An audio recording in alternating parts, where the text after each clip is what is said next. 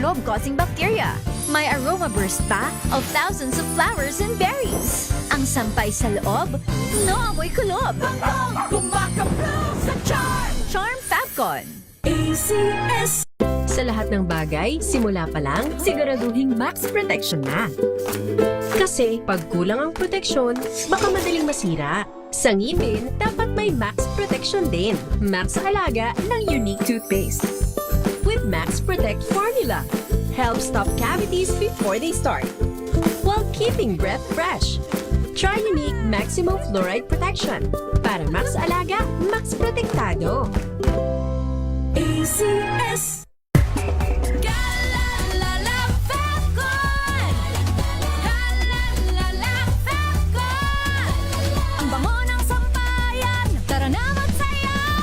Fabcon, amoy nakaka-joyful!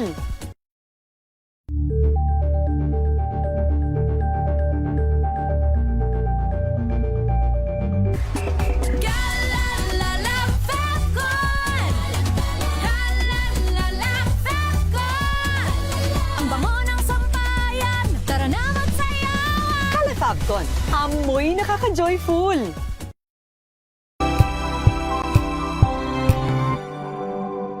Kasabay ng mga hamon at pagbabago sa paglipas ng panahon, nananatiling tapat ang DZRH sa paghahatid ng serbisyo sa publiko. Mas pinalawak ang pagpapaabot ng balita at impormasyon, hindi lang sa radyo, kasama na rin ang telebisyon, live streaming at social media para ihatid ang mga kwentong makabuluhan at napapanahon saan ka man naroroon. Mula noon hanggang ngayon, mananatiling kaagapay mo ang DZRH, naninindigan sa paghahatid ng katotohanan at sa paglaban sa patuloy na pagkalat ng disinformasyon at sa pagyakap sa makabagong teknolohiya at sa patuloy na pagsulat ng kasaysayan, mananatiling kasama mo ang DZRH saan ka man sa mundo.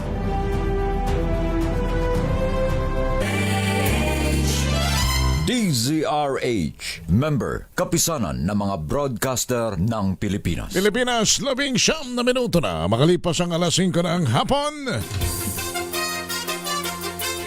Dahil ang pamamahayag kailangan laging patas. Ang pagtalakay ng bawat issue dapat laging parehas. Narito na ang balitaan at talakayang hihimay sa punot dulo ng mga issue. Bawat panig ilalahad sa publiko. Programang DZRH Balansyado. Narito na ang mga balansyado sa pagbabalita at komentaryo sina Henry Uri at Karen Oyong. Balansyadong balita. Pilipinas, araw ng Lunes, 24 na sa buwan ng Agosto taon 2026 sa ulo ng mga balansyadong balita. Bagyong Obet, nasa bansa na. Malayang paggamit ng confidential funds ng OVP ipinaubaya kay Colonel Lachica. Diesel, tataas ang mahigit 2 piso kada litro. Pisong increase sa gasolina at kerosene kasado na. Hospital bed capacity sa San Lazaro Hospital para sa leptospirosis cases mapupuno na. Napaulat na interesado si Vice President Sara na makipagkita kay Pangulong Bongbong Marcos. Tinawag na fake news ng kanyang kampo. Pagdaraos ng nationwide live shooter drills ipinagpaliban ng Department of Education. Controversial na sports car ang aktor na si Derek Ramsey kumpiskahin at ipasusubasta ng Bureau of Customs. Bagong career high WTA ranking ni Pinay tennis sensation Alex Ayala nakamit. Magandang hapon Pilipinas, kami ang inyong tagapagbalita. Sa pangalan ni Miss Omis Karen Oyong, ako si Josa Cruzat. At Henry Uri. Sa detalye ng mga balita, pumasok na sa loob ng Philippine Area of Responsibility ang Typhoon Saudil o Bagyong Obet. Ayon sa Pag-asa, huli itong namatan sa laing 1,395 km east ng northeast Luzon.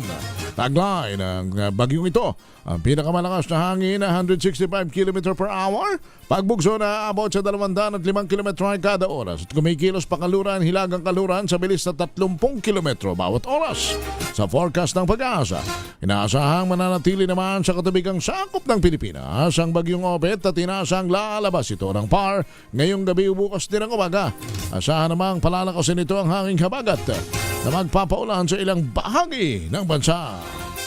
Malayang ipinaubaya kay Colonel Raymond La Chica ang paggamit ng confidential funds ng opisina ni Vice President Sara Duterte. Sa huling araw ng kanyang pagsalang sa Day 17 ng impeachment trial, sinabi ni Gina Acosta, dating Special Disbursing Officer o SDO ng OVP, na dahil may consent o go signal ng pangalawang Pangulo, kanyang ipinagkatiwala kay La Chica ang kontrobersyal na pondo. Inamin Acosta na hindi niya inusisa kung paano ginamit ang confidential funds dahil buo ang kanyang tiwala kay La Chica bilang dating head ng VP Security and Protection Group.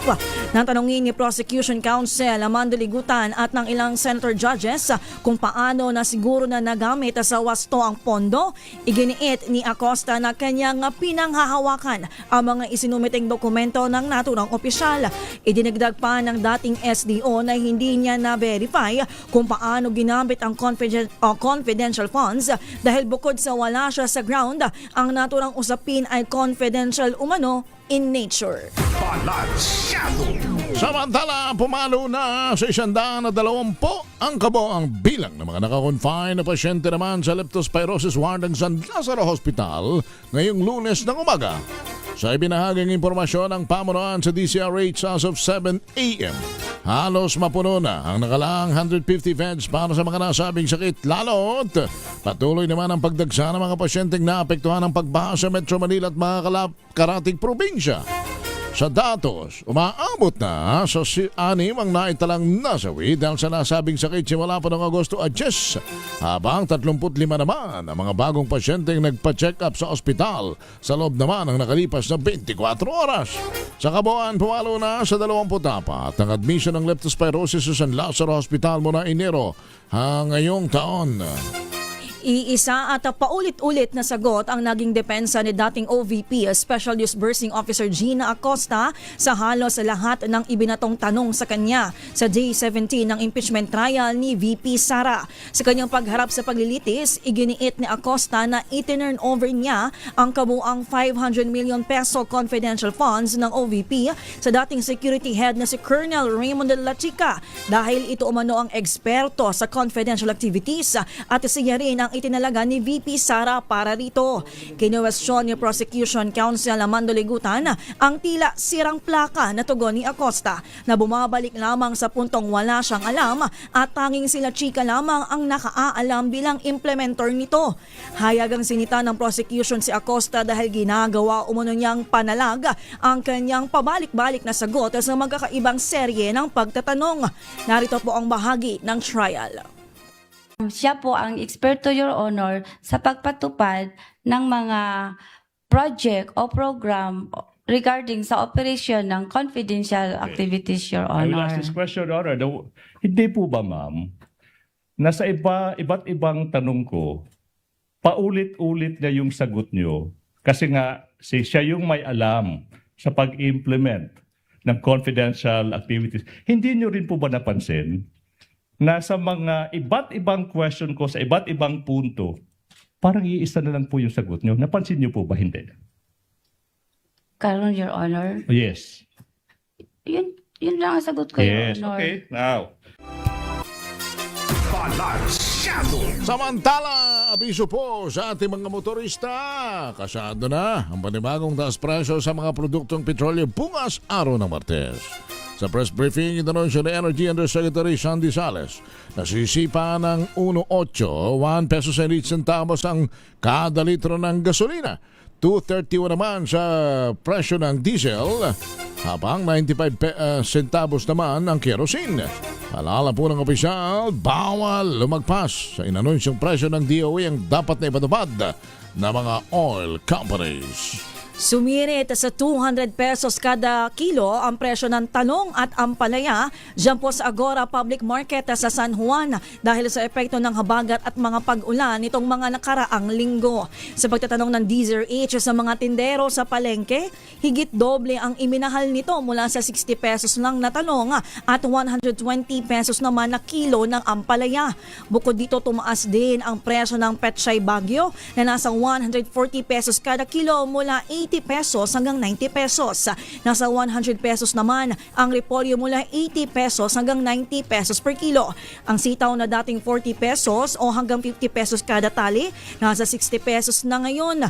Ayon sa mga nagtitinda, wala na silang ibang mapagkunan bukod sa Balintawak sa Quezon City at Divisoria sa Maynila, kaya napilitan din silang magtaas ng husto. Una rito, sinabi ng Department of Agriculture na inaasahang bababa rin ang presyo ng mga gulay habang gumaganda ang lagay ng panahon. Samantala, kukumpiskahin naman at ipasusubasta ng Bureau of Customs ang controversial na sports car ng aktor na si Derek Ramsey. Ito ay sa pamamagitan ng pag-i-issue ng warrant of arrest at detention para sa luxury vehicle na natuklasang gumamit ng picking plate number sa ilalim ng pangalan ng naturang aktor. Ayon sa BOC, ang tinutukoy na Porsche 918 Spider ay na-inimport pa noong 2021, subalit na ideklara bilang Porsche Boxster para makaiwas sa mas mataas sa buwis at iba pang bayarin. Sinabi ni BOC Commissioner Ariel Nepomuceno na bukod sa import broker at consignee, pananagot din ang customs personnel na sangkot sa nabanggit na transaksyon. Nakamit ni Pinay tennis superstar Alex Ayala ang panibagong career high ranking sa WTA. Ito ay matapos umakyat sa pang-18 ang ranking ng 21-year-old na tennis sensation sa harap ng kanyang impresibong performance sa WTA Tour title sa Washington, D.C. Si Alex ay muling sasabak sa US Open at kanyang uumpisahan ang kampanya sa mixed doubles category katambal si Canadian World number 4 Felix Auger-Aliassime. Makaharap nila sa unang round ang husband and wife tandem nina Elina Svitolina ng Ukraine at Gael Monfils ng France. Si Svitolina ay dating world number 3 habang si Monfils ay dating world number 6.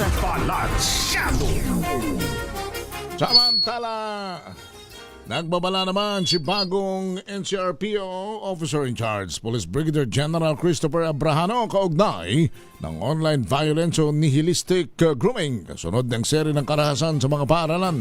Sabi sa DCRH News si Abrahano, dapat malaman ng mga magulang at guro na nangyayari ito kaya kailangan bantayan ang online presence ng mga bata. Idinin nito ang kahalagahan ng awareness o pagiging mulat ng parehong magulang at guro sa nihilistic grooming. Sabi pa ni Abrahano, susi ang early detection upang mapigil ang mga posibleng karahasan sa mga paaralan. Ipinagpaliban naman ng Department of Education ang nakatakdang nationwide active shooter drill na isasagawa sana bukas, August 25.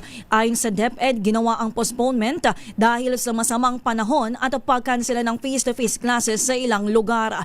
Isasagawa ang naturang drill sa unang linggo ng Setyembre bagamat hindi patukoy ang eksaktong petsa. Layunin ng dagdag na panahon na matiyak na ang drill ay naaayon sa rekomendasyon ng mga eksperto sa weather, disaster preparedness, child protection at psychosocial support. Iginiit ng DepEd na mananatiling age-appropriate at trauma-informed ang aktibidad na nakatuon sa mga pangunahing hakbang sa pagprotekta sa sarili, komunikasyon, koordinasyon, accountability at recovery. Ipinagbabawal naman ang hyper-realistic o graphic simulations na maaaring magdulot ng hindi kinakailangang takot o distress sa mga estudyante. 30 minuto na makalipas ang alas 5 ng hapon. Samayin nyo na mga balita sa Balansyado. Kami ang inyong tagapagbalita. Ako po si Josa Cruzat. At Henry Uri. Ang oras na yan ay hatid sa inyo ng Sa radyo lang